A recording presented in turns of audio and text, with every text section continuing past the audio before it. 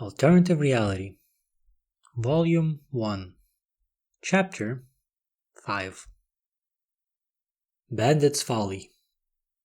Quest Description: Bandit Bob tells you about a hidden tomb deep within the dark forest. The tomb belonged to a very influential man, who right before death ordered the construction of his eternal resting place. Many say that he hid most of his valuables there, forever locked away with his remains. Help Bob reach the end of the dungeon, Tomb of Borellus. Difficulty level C. Requirements: at least 50 negative reputation, intimacy with Bob the Bandit. Reward: unknown. Penalty for failure: relations with the local bandits will be significantly reduced.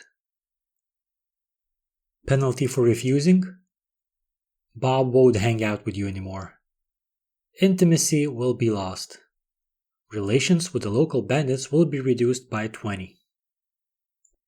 A quest from the bandits. Whale struck gold. His mother once told him that those that didn't give up would eventually be rewarded, and it seems like she had the right of it. Quests always have some good rewards associated with them, and even if it's not specified, Whale was sure he wouldn't be disappointed. That bit about Bob not coming out to play in case of refusal, though, made Whale's eyebrows twitch in annoyance. What did the system think this was? Kids playing around in the backyard? Of course, I'll gladly help you with this adventure, he replied without a moment wasted, a wide, rotten smile plastered on his face. Quest accepted. Plus 10 fame. But I'll want a share of the loot, of course, he soon added, giving a friendly nudge with his elbow to the nearest bandit. As a bonus, he even added a few twitchy winks. Intimacy with the bandits reduced. Whale should have known better. Their strong bond came from similar wants, mainly greed. But when did greed ever help divide up the spoils without conflict? Luckily, everything didn't fall apart, and the bandits reluctantly agreed after exchanging shifty glances. Whale couldn't help but be a bit sad that his attempts at being social didn't quite work out. He was probably acting a bit too familiar too quickly, a common mistake even outside the game. With a sigh, he could only silently swear at the game developers for making alternative reality a bit too realistic. Bob and his bandits have joined your party. All experience gained will be shared. Current experience gained from kills made by you or your party members, 20%. Leadership increased by 5. Charisma increased by 1. Luck increased by 1. Intimacy with the bandit group slightly increased. Whale's joy at forming his first ever party was quickly extinguished when he noted how much the experience gain got reduced. Minus 80%. That's outrageous. He was close to just dropping the whole thing altogether, if not for his indecisiveness and fear of ruining the friendship he finally managed to nurture. Shiftily, Whale glanced over his new party mates. Most of them seemed to be close or even higher level than him. That should help increase the rate at which they hunt monsters, surely. It would work out somehow, right? Hell, if not, there was always the quest reward as consolation, not to mention his first dungeon experience. Only one way to find out. He would put these new lackeys to the test on the way to the quest location. High intimacy, 16 leadership, and similar levels.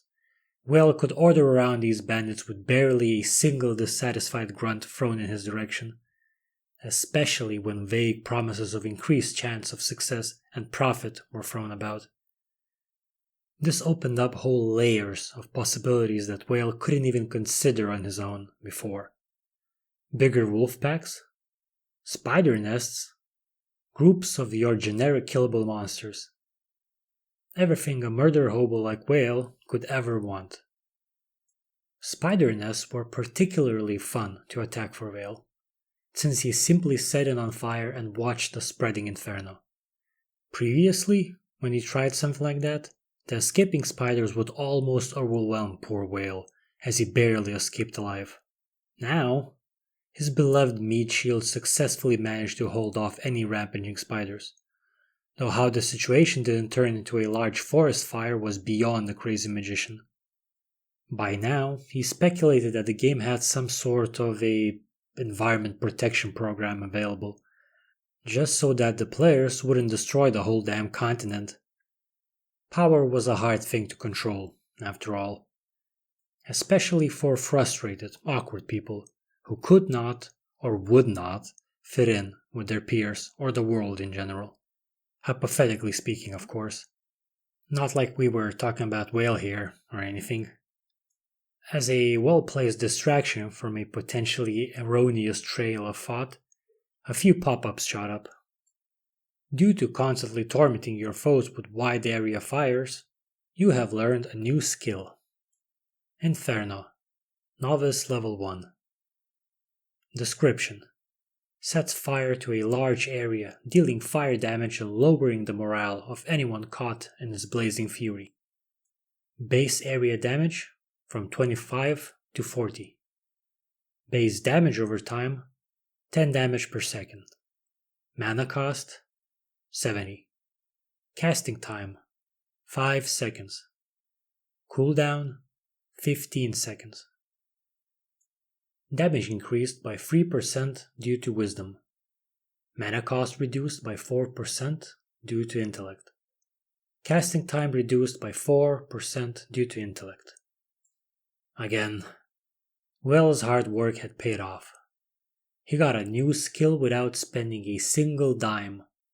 A skill that seemed to be quite the useful one to boot. It was exactly what he needed now while leveling up.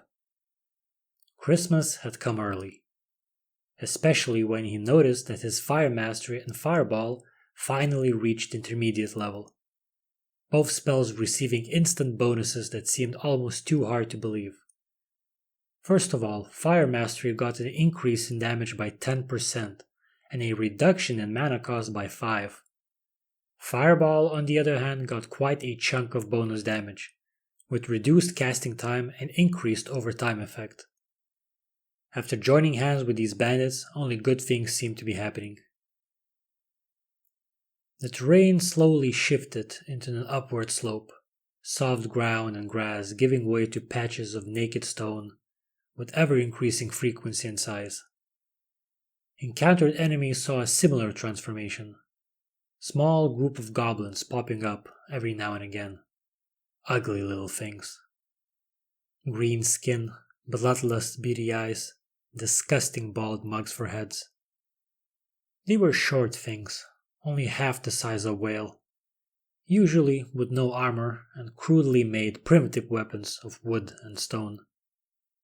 Though every now and then they carried around weapons of much greater sophistication, yet with clear signs of neglect, as rust dotted the metal tools that were no doubt stolen from humans or other players. Even in their neglect, however, such weapons proved to be a much greater threat than the alternative. For all of that, Well was a bit distraught over other reasons than the weaponry wielded. The sight of little green men running around half or fully naked was dangerous in a completely different way. No doubt cases of temporary blindness have been documented. And kinda weird how mental fortitude was not an attribute one could level up, knowing the circumstances. Besides that, it was known that the goblins usually only posed a real threat when in large numbers. Groups of 3, 4, level 42 goblins barely slowed Whale down, especially with his bandit friends. By now, the average level of the group was 45. Whale was level 48 already, with Bob just one number behind.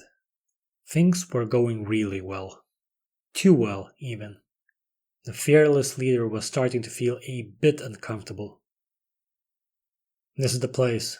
The entrance should be around here somewhere," Bob suddenly said, as he ran to a cliffside, carefully feeling the rock in an almost sensual manner. Unsurprisingly, Bob found what he's been looking for. A hole. Whale flinched from how the line sounded in his head.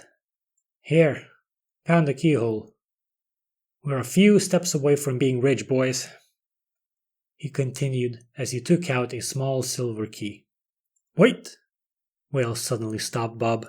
Surely, before entering such a dangerous place, we must first rest up, right? After all, big challenges should best be taken while in top condition, don't you agree? He asked the group, eyeing everyone with absolutely honest concern, straining his acting abilities to the maximum. Suspicion took hold as the bandits exchanged a few unsteady glances. Luckily, the high intimacy and bond of trust Whale managed to build up prevailed. Dang, you're right. Let's build a bonfire and rest up. You better share some of that bread with us again, Bob replied with a laugh, the rest of his fellow criminals nodding in agreement. Success? The truth of the matter was, Whale needed to get some sleep. He's been online for at least 6 real-time hours by now.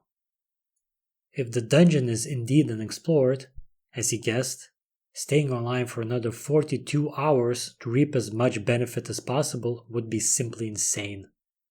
Even he didn't have it in him.